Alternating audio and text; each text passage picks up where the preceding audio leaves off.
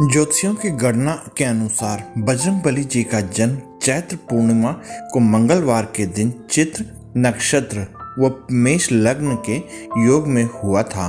हनुमान जी के पिता सुमेर पर्वत के वानर राज केसरी थे और माता अंजनी।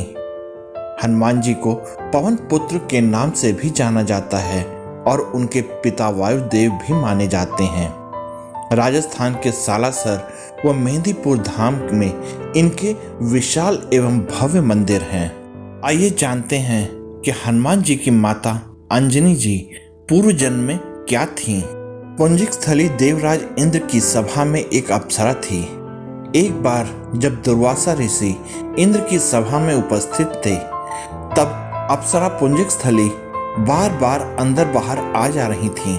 इससे गुस्सा होकर ऋषि दुर्वासा ने उन्हें वानरी हो जाने का श्राप दे दिया।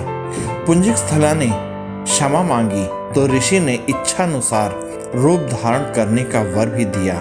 कुछ वर्षों बाद पुंजिक स्थली ने वानर श्रेष्ठ विरज की पत्नी के गर्भ से वानरी रूप में जन्म लिया। उनका नाम अंजनी रखा गया।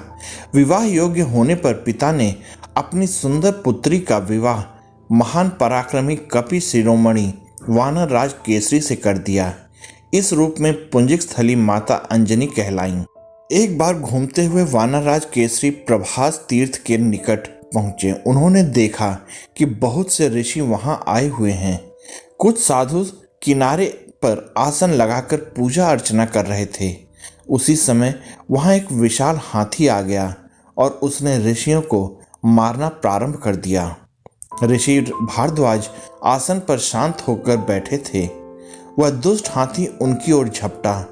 पास के पर्वत शिखर से केसरी ने हाथी को यूं उत्पात मचाते देखा तो उन्होंने बलपूर्वक उसके बड़े बड़े दांत उखाड़ दिए और उसे मार डाला। हाथी के मारे जाने पर प्रसन्न होकर ऋषियों ने कहा, वर मांगो वनराज।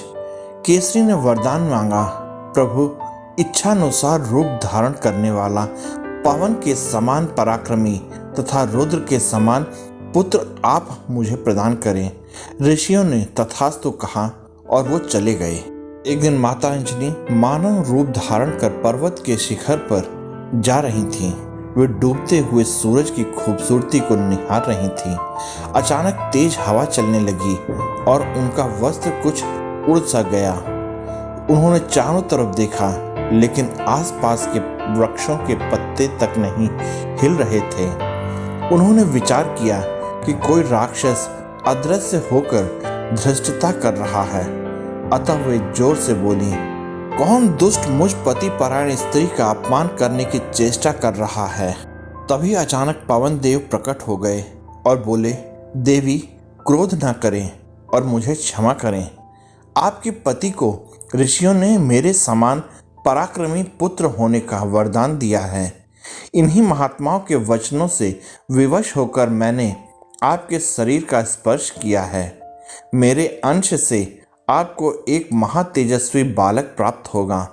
उन्होंने आगे कहा, भगवान रुद्र मेरे स्पर्श द्वारा आप में प्रविष्ट हुए हैं। वहीं आपके पुत्र रूप में वे प्रकट होंगे। वानरराज केसरी के क्षेत्र में भगवान रुद्र ने स्वयं अवतार धारण किया है। इस तरह श्री रामदूत हनुमान जी ने वानर राज केसरी के यहाँ जन्म लिया। आप लोगों को यह वीडियो कैसी लगी, कृपया कमेंट करके मुझे अवगत कराइएगा। साथ ही इस वीडियो को आप लाइक, शेयर और सब्सक्राइब कीजिएगा और घंटे वाले बेल को भी दबा दीजिएगा, जिससे कि आगे आने वाली वीडियो की नोटिफिकेशन आप लोगों को समय पर मिल जाए।